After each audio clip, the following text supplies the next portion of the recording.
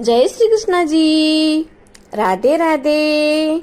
आप सबको मेरा ढेर सारा राम राम और प्यार भरा नमस्कार। आज मैं आपको धर्मराज महाराज की कथा की पूजा तथा उद्यापन विधि बता रही हूँ, जिसके बारे में आप बड़े ध्यान से श्रवण करें। उद्यापन विधि के अंतर्गत बताया गया है कि श्री धर्मराज महाराज की कथा और उपासना का 1 वर्ष पूर्ण हो जाए तो मकर संक्रांति के दिन विद्वान पंडित जी द्वारा इस व्रत कथा का उद्यापन कर दें। उद्यापन की संक्षिप्त विधि इस प्रकार है। अपने घर पर सुंदर सा मंडप बनाएं, जिसमें 4 स्तंभ हो। मंडप और घर को सुंदर वस्त्र, पुष्प एवं हरे पत्तों से सजाएं। मंडप के भीतर श्री धर्मराज जी एवं चित्रगुप्त जी की प्रतिमा या चित्र स्थापित करें। उनके सामने पंडित जी द्वारा सर्वतोभद्र मंडल की स्थापना करवाएं।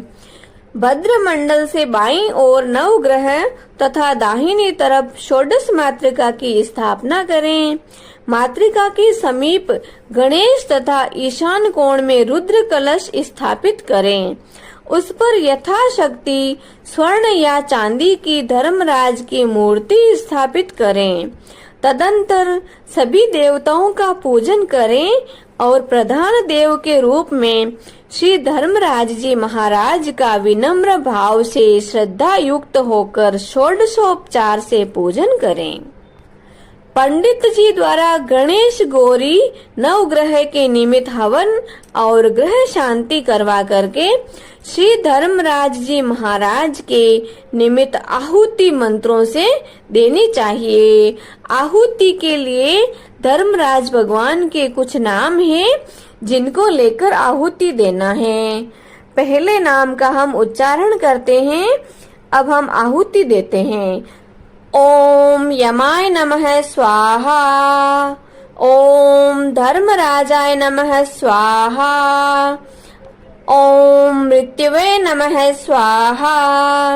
ओम अंतकाय नमः स्वाहा। ओम वेवस्वताय नमः स्वाहा। ओम कालाय नमः स्वाहा। ओम सर्वभूतक्षाय नमः स्वाहा। ओम औदुम्बराय नमः स्वाहा।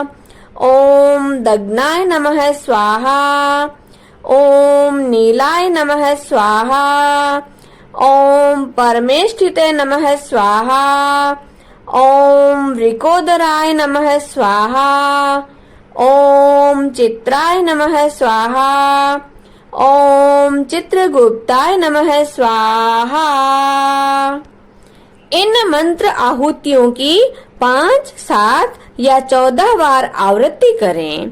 धर्मराज जी के पास में चित्रगुप्त जी की भी पूजा करें और सफेद काले तिलों के लड्डू का नैवेद्य समर्पित करें तथा चित्रगुप्त जी को काले तिलों के लड्डू का भोग लगावें। खीर से लक्ष्मी जी का होम करें। पंचलोकपाल और 10 दिक्पाल की पूजा कर पूर्ण आहुति करें।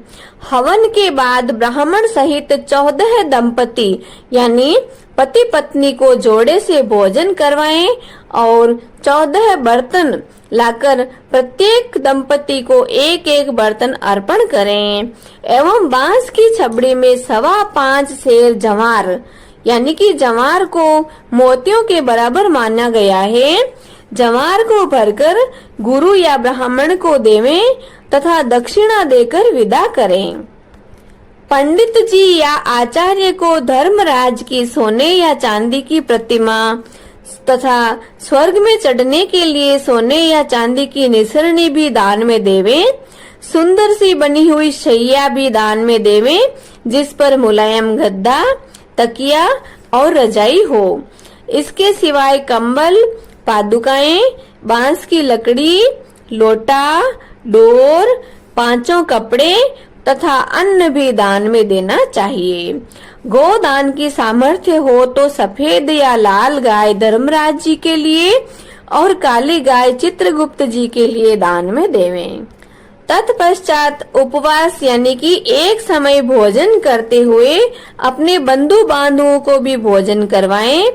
इस कार्य के एक दिन पहले हो सके तो रात्रि में अर्थात एक दिन पूर्व की संध्या में जागरण या भजन कीर्तन करें।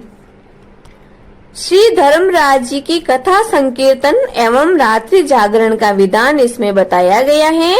जो मनुष्य इस प्रकार व्रत कथा का उद्यापन करता है उसे कथा के पूर्ण फल की प्राप्ति होती है और भगवान धर्मराज उस प्राणी पर प्रसन्न होकर सदैव स्वर्ग में स्थान देते हैं।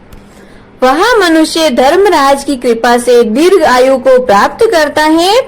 इस लोक में वह सुख से पुत्र पौत्रों सहित जीवन यापन करके तथा समस्त पापों से मुक्त होकर नरक की यातनाओं से बचकर वैकुंठ लोक को गमन करता है।